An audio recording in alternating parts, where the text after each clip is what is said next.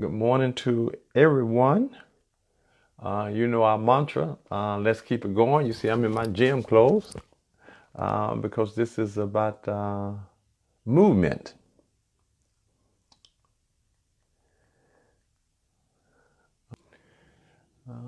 Dr. Tandy, are you able to come on with the image? Okay, I'm going to add everyone from the conference line.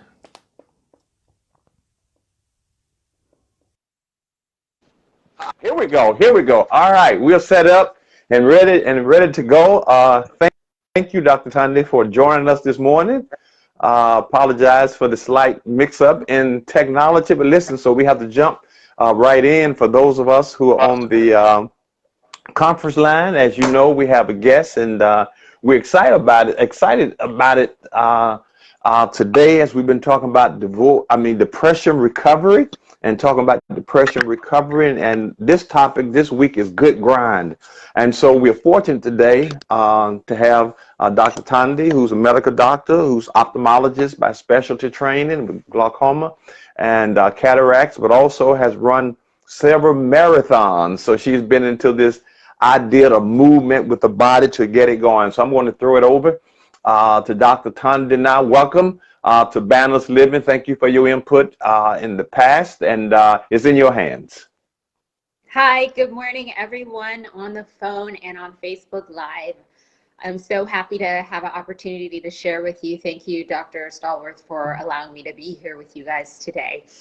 And today's probably going to be a little bit different than what you are used to, but if that's okay with you guys, please put in the comments, that's okay. Anyway, I want to know, I have a question for you guys. Would everyone who is listening, would you guys like to learn some skills that you could use today to make you feel better, whether you're depressed or not? Who would like to feel better today? If you'd like to feel better today, say I would in the comments, please. So the thing about life is that we often don't get to choose what happens to us, but we always can choose how we respond, right? So, and the funny thing is, you will see the same event happen to two different people and they will react completely differently.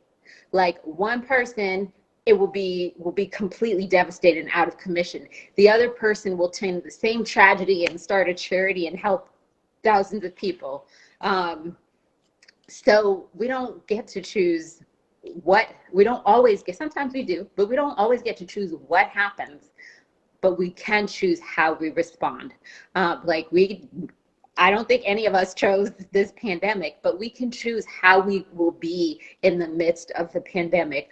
Most of us don't choose the difficult times in our lives, but we can choose how we can respond. One of my favorite prayers that I like to say every day is the serenity prayer, that says, God, grant me the serenity to accept the things I cannot change, the courage to change the things that I can, and the wisdom to know the difference. So there's some things that we can't change. We can't make the pandemic go away magically. It's here right now. It's not always going to be here. It will pass just like everything else, but it's here right now.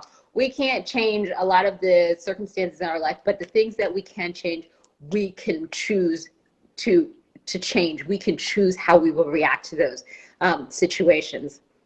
One of the things I like, Tony Robbins, he talks about that your state, the way that you are, is determined by three different things. One is your focus. So what you choose to focus on will determine how you are feeling. In the Bible, it says, whatsoever things are good, whatsoever things are lovely, whatsoever things are of good report, think on these things. So I ask you, are you choosing to focus on the things that are wrong in your life? Or are you choosing to think about the good things in your life? So focus is one of the things that will determine your state, your mood, your feelings. Physiology is another thing. And the third thing is, I like to call your affirmations, or the language that you use. in this discussion, we're going to talk about physiology and how we can use our physiology. Physiology is just your body, how we can use our physiology to change how we are actually feeling. Now, just to give you an example of what I'm talking about, so I'm here right now, my posture, I don't know, y'all can tell, but my posture is, I'm sitting up, shoulders back, I'm kind of smiling, kind of energetic. I come off as one way. If I just did this and I started talking like this, tell me, do you get a different experience of me? Do you get a different sense? Do you feel a different energy? Just by merely just changing a few things about my body and my posture. Does anybody see a difference? This versus this. And one of the interesting things that I've been to a number of Tony Robbins seminars, which I do recommend, great experiences. But one of the things that he talks a lot about is changing your physiology, changing your state. When you go to one of his conferences, you end up jumping like up and down and dancing around like a crazy person. But you end up energized. But he talks about, there's an example that he gives. If you think about somebody that you know is happy, that's really happy and excited, and you think about what does their body do? If I said, act like someone, like you are excited, what would you do? Would you have your head down or would it be up? Would your breathing be shallow or would it be deep? Would your hands be animated or would your movements be slow? And most people, when they answer that question, no matter what country they're from, they say the same thing. And similarly, if I said, show me what a depressed person looks like, and you can even do it right now, right here. I can't see you, but you can see yourself. Act like how a depressed person would. Do they have their, what is their posture like? Are they sitting upright or are they slouched over? Is their gaze up or are they looking down? Are their shoulders forward or are their shoulders back? There are certain behaviors, whereas if you came into a room and you saw me looking like this, I don't have to say a word. You would know something about how I'm feeling, because our bodies, our feelings make our body act and move in certain ways. But similarly, you can trick your feelings by moving your body. So 3 things I want to talk to you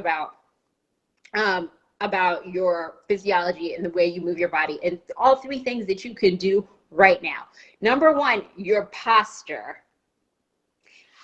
I did a beauty pageant a couple of years ago, and one of the things that I learned was that posture is everything. So the way you walk, the way you come into the room, the way you hold your shoulders, that determines how people experience your presence. And it also determines how you feel. If you're postured and you're slouched over like this, you feel one way. And you can try it now, slouch over and do this. You'll feel one way. Whereas if you just sit straight up and keep your head up, it changes how you feel. They actually did a study on, has anyone heard of power moves? Now it's somewhat controversial because these scientists, I think it was Harvard or somewhere, they decided to study what happens if we put people in these power poses. Power poses are kind of like a Wonder Woman pose with, you can't see because you don't have but like with your hands on your hips, chest out, and they did one study where they found that if people held power poses for 2 minutes, their levels of cortisol, which is your stress hormone, went down, and their levels of testosterone, which is one of the hormones that makes you feel like you're bad and you can do anything, that went up. So just merely, then they did other studies, and there was some controversy about whether how accurate it was. But if you just try it, just 2 minutes a day, stand in a pose that makes you feel strong and confident and able, and see if it changes your mood. So that's something you can do today. Something else that's even easier than that is, like your mama might have said, turn that frown upside down, right? A smile, a smile. And it's so easy. Sometimes it's easy to take little things for granted, but a smile, actually, they've studied it. It actually changes the physiology in your body when you smile.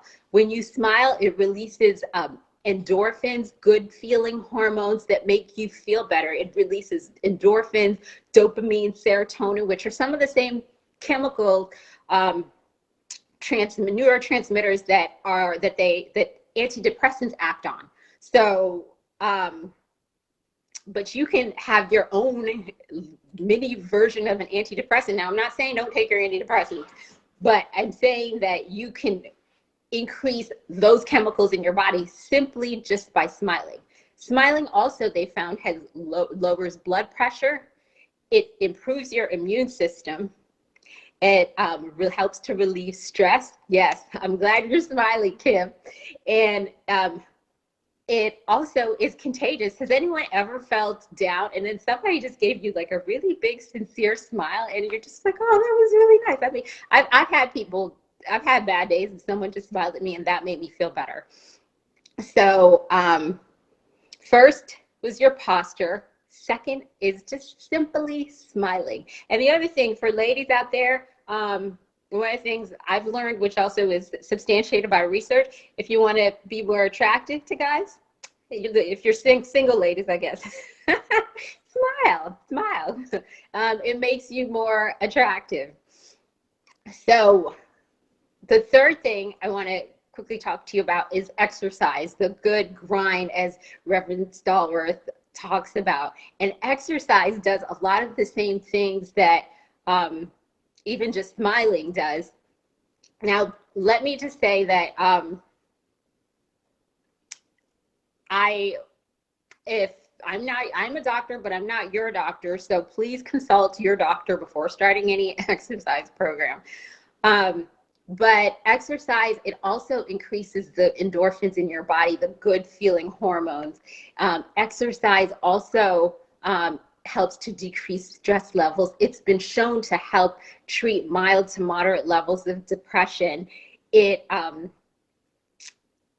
helps to improve your sleep. It helps to improve your self-esteem, and it helps to increase your energy levels. And the thing about depression is that your energy levels are down, and so you probably don't feel like exercising, but that's when you have to do it anyway, because we can take authority over our bodies. We can take authority over our bodies, and we can determine what we want our bodies to do. So 3 simple things that you can implement today: your posture and power poses, the way you stand, smiling more, and exercise. Those can all help to improve your mood. And one of the quotes that I like was by Thich Nhat Hanh, and he says, sometimes your joy is the source of your smile, but sometimes your smile can be the source of your joy. And then I also like the verse in Proverbs 15, verse 30. It says, a cheerful look brings joy to the heart. A cheerful look brings joy to the heart. So I hope you guys implement those things. I'm not suggesting that you don't seek professional help if that's what you need, but these are all things that you can use in professional.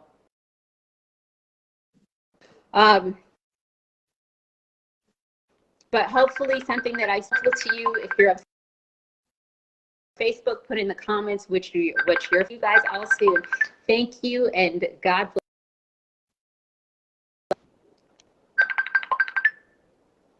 Awesome. Thank you so much, Dr. Tanya. Thank you. Great for the information. Hey, you got it. This conversation is good. We can't leave it here. We have one more day. Make sure you Put those comments, posture, smile, exercise in the comments. Make sure you tell your friends to watch. Make sure you post it on your page. Remember, tomorrow morning, same time, we'll see you in the same via this Zoom as we overcome and conquer depression. God bless you. I love you. Thank you so much, Dr. Tunde. We give you a hand of appreciation in the comment section. Hey, be blessed. Talk to you later. Bye now.